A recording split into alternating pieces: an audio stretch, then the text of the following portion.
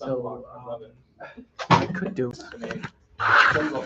you know what? How long does this wire go? That's what I was thinking. Feel like a little colonoscopy in it. Wait, we're live. Hold on. Oh, hey! They're much better. What? The wire goes far. So I mean, first come first serve. literally, what we could do is you could share your screen up there, Because I will say yes. and you could talk. So like I could technically sit there. Yeah. Oh, you want to sit, right? Well, no, like so I'm like this side. Yeah. Watch out, wires. Yeah. Yeah. So this is. That looks good. That look good? You like that? Except you're just talking to an empty room. What do you mean? We can't see who you're talking to. No, but that doesn't matter for documentation. It's not about the audience. No, you're just like if we're going to try to preserve the talk. Like, how do they do it really? You need a second camera so you can cut to audience I reaction. think it's like a 2-camera thing. Yeah. Yeah. We don't have a budget for that. Add a laugh track. No, well, I'm gonna set it up, but the website needs to be fixed. There's priority. There is a priority order of things that have to happen. I want to come and get one of these blackboard walls, chalkboard walls. That would be awesome. For you guys. Yeah, you've seen our space. Yeah. It's all lovely. Yeah. It's very sanitized. It's very white. Very, you know, The chalk is brutal. It's not great. You mean the squeakiness of it? No, Or the just dust. everywhere. And it's, I see. once you wipe it, it's not like a whiteboard, right? Once you write on it, you wipe it, it's cloudy forever. Yeah, there's always this paint So history. if you want a functional thing, the whiteboard is much better. Except those of a certain age love This these. is my. Chocolate dark mode, Yeah, it is, Yeah. which is the one benefit. right? But even if you use the top marker with markers, you'll see the stuff on top just never comes off. Oh, yeah. So like, So I what we're was gonna under the do, impression Bart? you're kind of supposed to do a layer of that when you like do a fresh.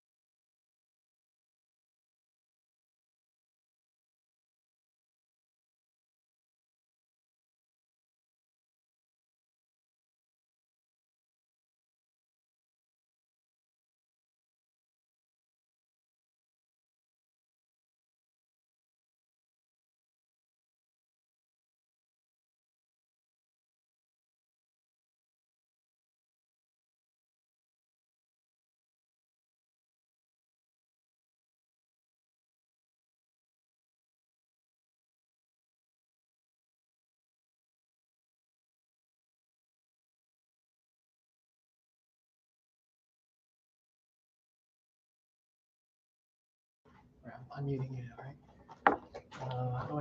How do I share this? Let's see.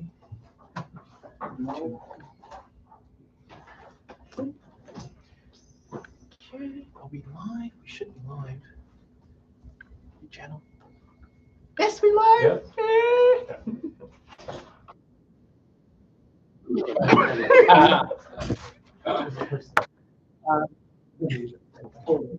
Kai. is there a USB on this thing? Oh, yes. Hold on. Don't. You can remove take my- out my thing. Yep. You're right. Huh? Yeah, I think. Boom. Yep. There is now. That would. You go. Yes, we are. Hey. Thanks. What is? Okay. It might have been yours. Yeah, I know. We don't have that. Hmm? Okay. Shared. And then I'll share the thing in tag so we can watch it. So this is us. And then we can share the screen here. Oh. Okay. He's not part of the renovation. Sure. Yeah. Let's give it a try. Oh, okay. I think it's wherever you feel comfortable. Yeah, sure. You're fine there. So it's here. Where? Always to your right. The sensor's to your right. So you have I go like throw that. salt on your shoulder. I have no idea. This is gonna kill me. You'll make it work. I'll sit over here in case, you know. That's fine. So you I'll share the screen. Photo up, yes.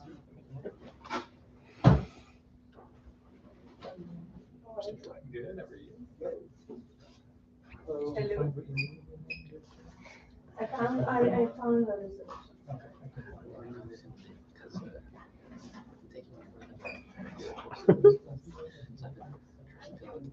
Wake up early, like 6, 7, 8. Go to work, go to school. Go to bed at 2 p.m. or 2 a.m. So it's just that cycle of like getting stuff, but I've been doing a lot of stuff. But,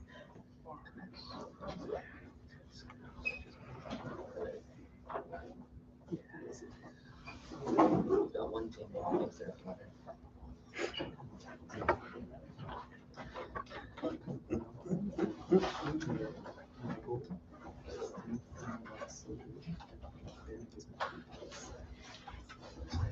Using just again, I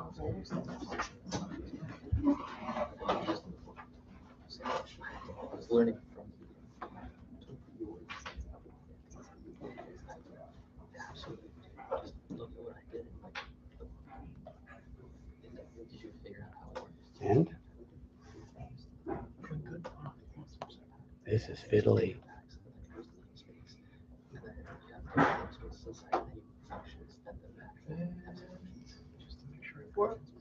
We're trying to up our documentation game.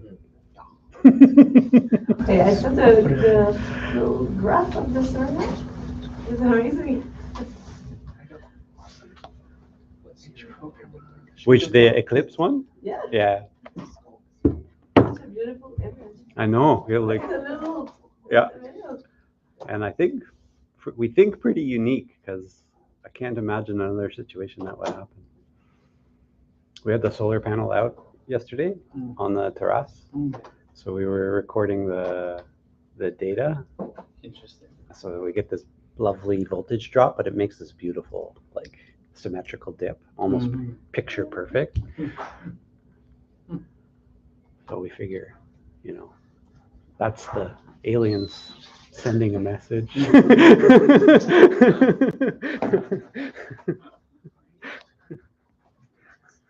Bart, we are ready. Cool. You're live. Your microphone is on. And That little recursion's kind of disturbing. that's okay now. Let me check.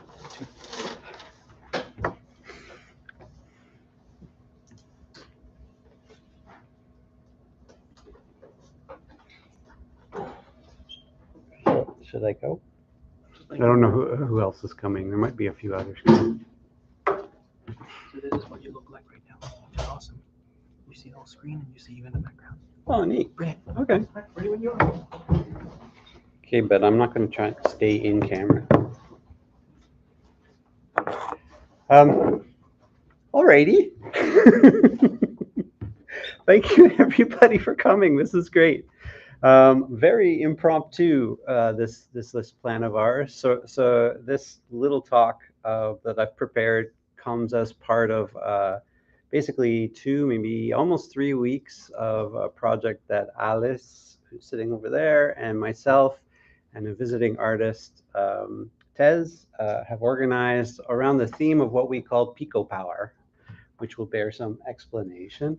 But it's a dovetailing, this particular work is a dovetailing of the work inside of this space and work that we've been doing on Minecraft for a very, very long time, and this special, unique project that sort of comes out of the sort of wedding of these two things. It's super early days for this project, as I will make clear, and one of the reasons why I wanted to do this talk as a more or less formal kind of thing was to like sit down and get my thoughts together after a really hectic term, but B, to gather a constellation of people who may be interested in the topic because the work is about to get really fun. And so the discussion that could lead to the funnest part of the work, which is going to be building games and making mods and these kinds of things. I'll explain what it's about in a second, is really the great place for open conversation. So I'm very interested in thoughts and ideas that might arise out of this today and into the future for people who are interested in these kinds of questions. So consider this talk a kind of opening move. I kind of describe what we're doing and why we're doing it and kind of put it in context, and then sort of lay the groundwork for what I hope will be the discussion to come, and that's my plan. In the meantime, we're trying to up our documentation game because we do so many things and we don't keep track of it. So thanks to Richie and Sharon for getting this together. So we're at least recording this moment. And to me for working really hard to actually write something as opposed to just rambling on, because that might happen.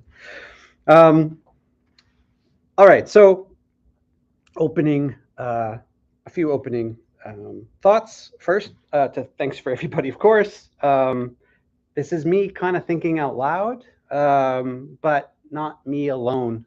This is really important. So I'm doing this as part of our Pico Power residency project with Alice and visiting artist Tez, also incorporating strands of thinking in our SSHRC-funded Material Allegories of Minecraft project, which is quite big, and you can see evidence of all that on the wall over in the far corner. And I'm also grateful to the large team of students and colleagues who continue to contribute to this work, which includes members of the TAG Minecraft Block Research Group, the Solar Media Research Group, and the Solar Media Collective. Shout out also to more collaborators, Matt Ratto and Robert Soden at U of T and Arno Verhoeven at Edinburgh U. Also have to thank support for the project from the Sustainable Transitions Team Research Initiative at Concordia, which actually gave us a little bit of seed funding, which helped to jumpstart this project. And finally, deepest thanks go to the evolving, what we're going to call the SunBlock 1 team, which at various points in the process has included Ella Noyes, Stuart Thiel, Mario Gadio, Don Undine, and Sharon Ali.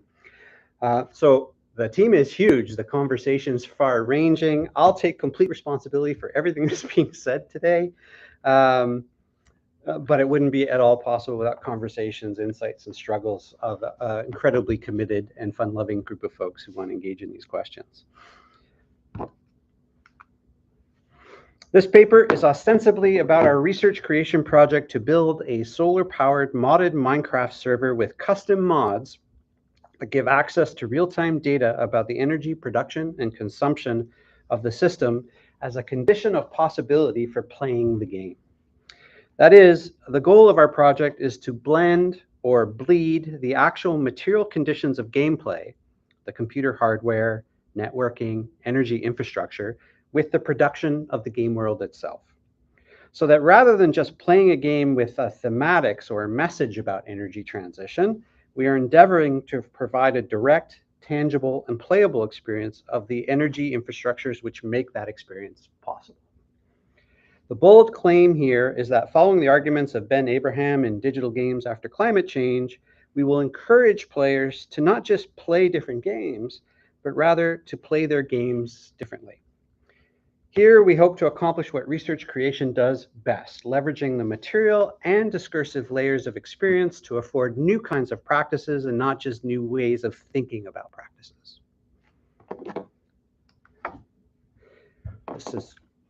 Tez isn't here, but this is his logo for his Solarpunk lab. We're still in the very early stages of this work, and I wanted to give this talk now, both as a way of clarifying where we're headed, but also to keep the project tied to broader questions and concerns in climate crisis-oriented research creation, which is what our Pico Power project is all about. As much as this is very much a game studies project about Minecraft, it is crucially also about how we help enable, support, and inform transition to carbon-neutral ways of life that don't reproduce the social, political, and economic inequalities of the current petroculture. I think there are good reasons why games, game making, game playing have a role in this, but they're not generally what most folks think. So the shape of this talk is as follows. I will talk about how we got into this, then talk about what we have done so far and why, And then I'll lay out the questions and concerns around our future work. And if there's time, we'll explore some of the resonances between this project and the broader Pico Power work, if we want to pick up that discussion. Okay, so here's one of the reasons I wanted to start this particular project. The UK organization Save On Energy published a report in 2020 on the carbon cost of playing video games. The report has since been taken offline, but nevertheless had this to say about Minecraft. Minecraft, quote, Minecraft ranks in first place as the best-selling and most polluting video game of all time, with CO2 emissions totaling 600 million kilograms. This total figure combines the emissions released by every Minecraft player upon game completion. Minecraft has boasted a remarkable 200 million sales across console platforms since its release in 2011, with the longest completion time of all the games analyzed by far at 120 hours. This is grossly too low. It was unsurprising to find that Minecraft also had the highest average CO2 emissions per player at 3 kilograms. Alarmingly, this figure was quantified as equivalent to driving a whopping, was that 1,333,333,333 miles. Now, there's a particular irony in this for me, because a lot of the work of the Tag Minecraft Block research group is focused on getting game studies folks to take Minecraft more seriously as basically the world's most played video game, with a cultural resonance that arguably surpasses popular cultural touchstones like Star Wars or the Beatles. I mean, basically trying to convince everybody that Minecraft is this generation's Beatles. Should be obvious, but it's actually a hard sell. I hadn't really thought about the flip side of this observation, which is that Minecraft does indeed take up a significant portion of the overall carbon footprint of gaming worldwide. Even if the numbers are wrong, and they are kind of wrong the way they did the calculations, it's still pretty significant. Even more ironic is that Minecraft is at its core a game about resource extraction and accumulation, epitomized by this famous Minecraft meme. Now, in the grand scheme of things, in the grand scheme of things to worry about when it comes to energy transition, gaming is not very high on the list. Ben Abraham makes the pretty clear case that folks should be more concerned, though, because even as most consumer electronics moves to greater energy efficiency, the consumption of gaming hardware shows a dangerously inverse tendency. As the demand for higher performance and fidelity increases, so does the demand for energy. We see this especially in the energy demands for high-end PC gaming rigs, which have been increasing rather than decreasing over time. And this chart is just showing kind of ecology of energy use in the household. So gaming consistently, especially high-end gaming, ranks as like the biggest energy consumer in a household, more than refrigerators and a lot of other things. And this just shows the energy use for types of gaming computers. So you'll see consoles have, over time, become more and more energy efficient, but not high-end PCs, which have become less efficient. Taken as an aggregate effect, we might not worry that much because the story about game consoles like Xbox or PS5 is significantly different from the story about PC rigs. And by far, the vast majority of worldwide gaming happens on consoles and lower-end PCs. So even though high-end gaming rigs are using huge amounts of power, it's still a very tiny slice of the overall gaming population. Okay, so maybe we shouldn't worry because consoles are going down, low-end PCs and laptops, they're not so bad, at least compared to these high-end rigs. Taken as a, sorry, but there's more going on, I want to point out, with this high-end PC trajectory. First is the sense that game developers and designers don't take energy costs of their games particularly seriously. Though this is slowly changing, there's evidence to show this. In the AAA game development space, console technology is sometimes viewed as a negative constraint on design, and many developers see PC versions of games as kind of like the director's cut of a film. The true experience is intended, and it's just too bad they have to put it on Xbox, but you know, sales. There is a kind of ideological underpinning of contemporary game development, which does not consider energy consumption to be a constraint. And this differs greatly, for instance, from design considerations for older tech like the Game Boy, where power considerations very much informed design. So back in the early days of game development, the power consumption of the device kind of ruled. You had to design your game to, to be able to play on these devices. That's not so much the case anymore. In any case, we can now see an alignment between game producers, hardware developers, and gamers, which demand more energy consumption, not less, even paradoxically, for games with ecological themes. Second, with the development of cloud-based gaming and the looming implication of large language models in game design, we start to see the true energy cost of gaming move from the local hardware system to data centers. This renders the true cost of computing more or less invisible. And if you have been keeping up on the carbon cost of large language models like ChatGPT, then you know we're headed in exactly the wrong direction there as well. Third, a focus on the gross carbon footprint of the hardware obscures potential energy implications at the level of software. There are very few studies of the picopower requirements of discrete processes running on the CPU or the GPU. And of course, gains here would only matter in the aggregate. I mean, this you save a couple of picowatts, on a single computer, but across millions of computers in computing time, there might be gains there. So the perfect example would be a large language model processing billions of tokens a second. A small change in software could make a huge difference in the carbon cost of that. To what extent might changes in software engineering methods and even game design approaches help mitigate energy costs and help to stem the carbon footprint of computing in general?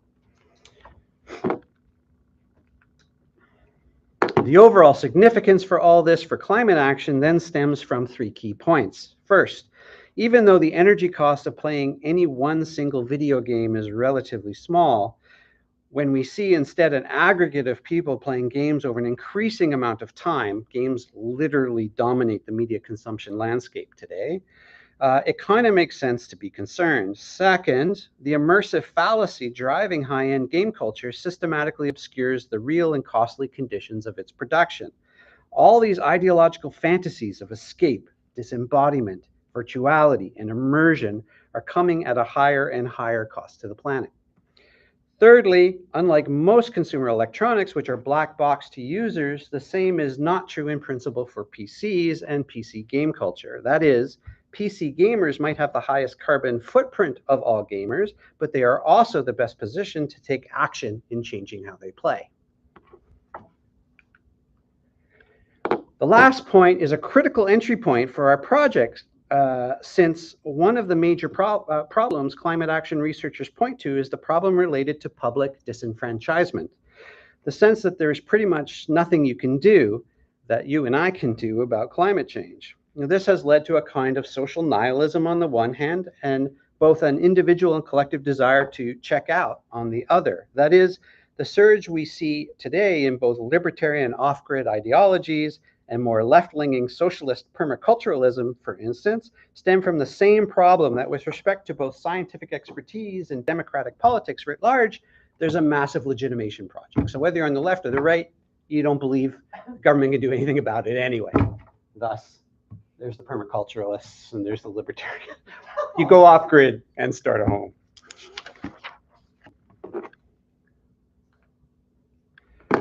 Amazing then that hope might be found with Minecraft players. Minecraft may be a game about extraction, but it is also a game about making worlds. Now, Darren Werschler, who couldn't be here today, and I discussed this tension at length in our paper Childhood's End, which has the subtitle, "We Have Never Been Modern Except in Minecraft." And the point I want to take from there is that the capacity for world building has always extended beyond the diegetic layer in Minecraft.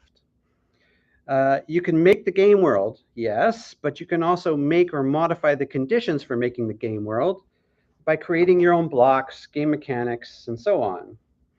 Minecraft sports the single largest modding community of any game in the world, with downloads of the most popular mods in the hundreds of millions. And as I have tried to argue on a number of occasions, Minecraft modders basically represent the single largest and probably the most successful open source or semi-open source, depending on how you argue it, community in the world. And if you want to know what happened to the free and open source software movement, you should probably look at game modding, because that's where it's still robust. Now, since modding and modded play are restricted mainly to PC gaming, it is but a hop, skip, and a jump to extend the idea of modding the software conditions for producing the game world to modding the hardware conditions for producing the software conditions for producing the game world. Enter SunBlock 1. SunBlock 1 is a fully functioning and mostly autonomous off-grid solar-powered Minecraft server. And once we replace our borked battery, it will be fully autonomous, I promise you. The system is, however, unexceptional, though hardly transparent. And we might as well ask, how many academics does it take to screw in a solar panel? Quite a few, it turns out. We're learning fast, though, that DIY solar computing is not nearly as straightforward as we would wish. We actually thought it would be way more straightforward given how easy it is to access the parts to build these systems, but actually the knowledge still remains quite esoteric. In any case, the server itself runs on a mini PC, an Intel NUC clone. NUC stands for Next Unit of Computing, designed for its small form factor and lower power consumption compared to, say, a normal PC. The CPU is an Intel i7 10th generation with 32 gigabytes of RAM and integrated graphics. The operating system is Linux, and we're running a Forge 1.20.2 Minecraft server. One advantage of these NUC systems is that they can power directly by a 12-volt 3-amp battery, so you don't have to worry about DC to AC conversion to work this thing. And so to power the server, we have a 100-watt solar panel connected to an MPPT solar controller, which regulates, the solar controller is what regulates the irregular power output from the panel. So the panel is producing irregular output, the solar controller evens it out, which is then connected to a 12-volt 3-amp lithium phosphate battery. Everything here is absolutely bog standard for anyone familiar with off-grid consumer electronics, say for fishing or filmmaking, remote work, mobile homes, and so on and so forth. Not expensive, easy to buy on the smallest of research grants. Very cool. Like the price of all these things is going down, both in batteries and solar panels and all the rest. And you can find tons of YouTube videos and articles describing similar systems, mostly on the libertarian off-grid type, van life and things like that, which remains surprisingly outside the normal domain of black box consumer electronics. So there's still expertise, there's still knowledge required to put these things together. You can't just buy it from the store and go. You have to put these things together, but it's easy to get.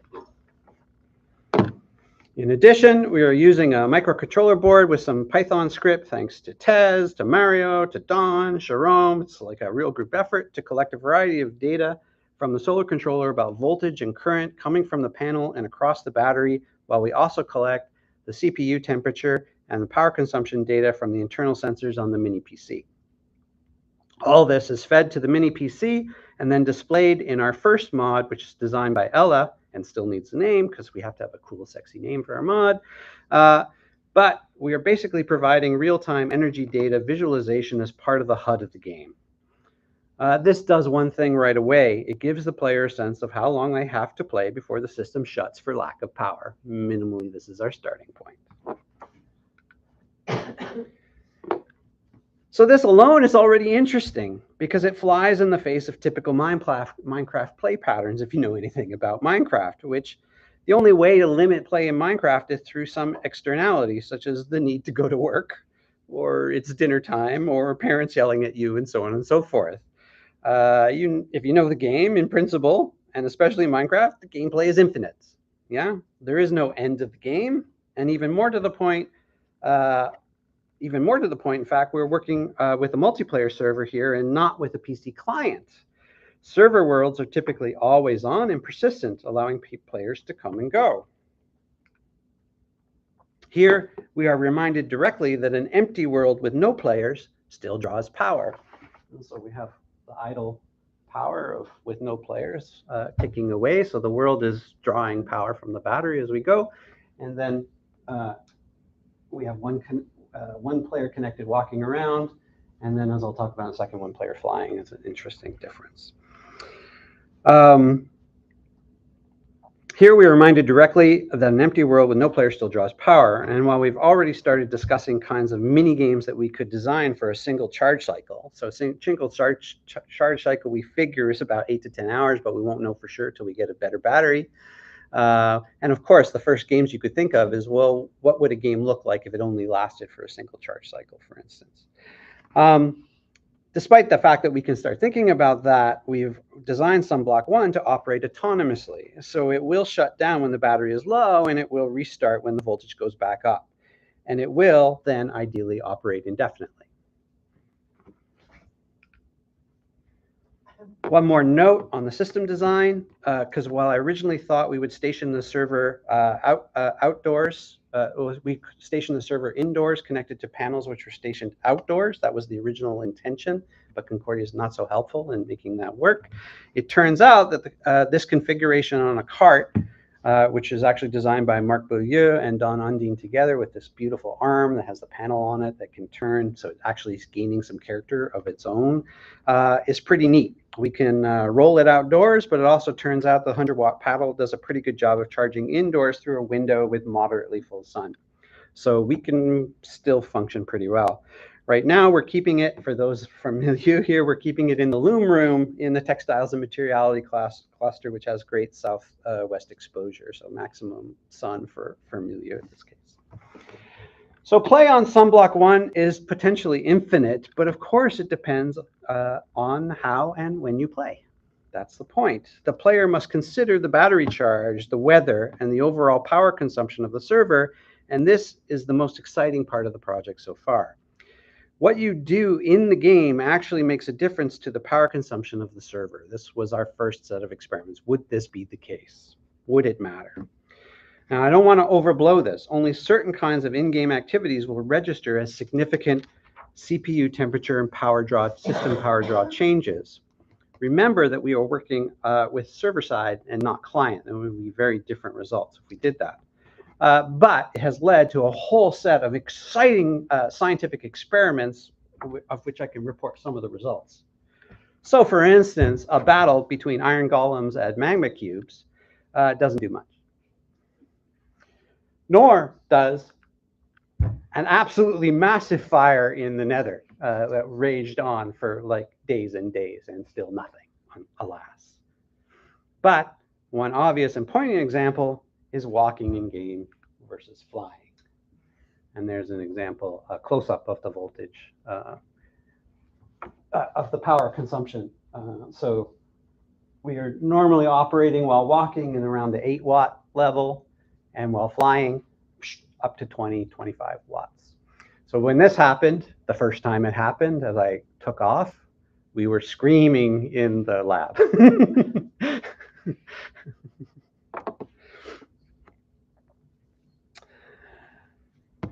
So anyone here who has played Minecraft knows that flying is a much desired end-game goal. So that without mods, if you don't have mods in the game, you have to go and fight the Ender Dragon, hunt down the Elytra, which is a kind of wings, in the end. I mean, that's the whole game. In fact, most people don't really care about the dragon so much. They want to get the Elytra so that they can fly around, because that's the real thing at the end of the game.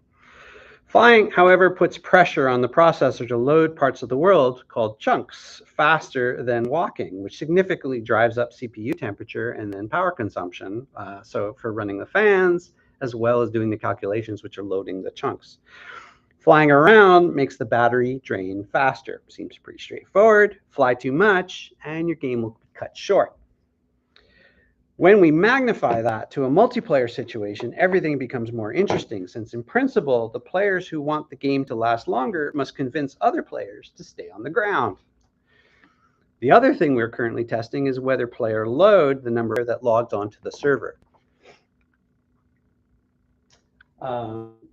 This is just another chart of flying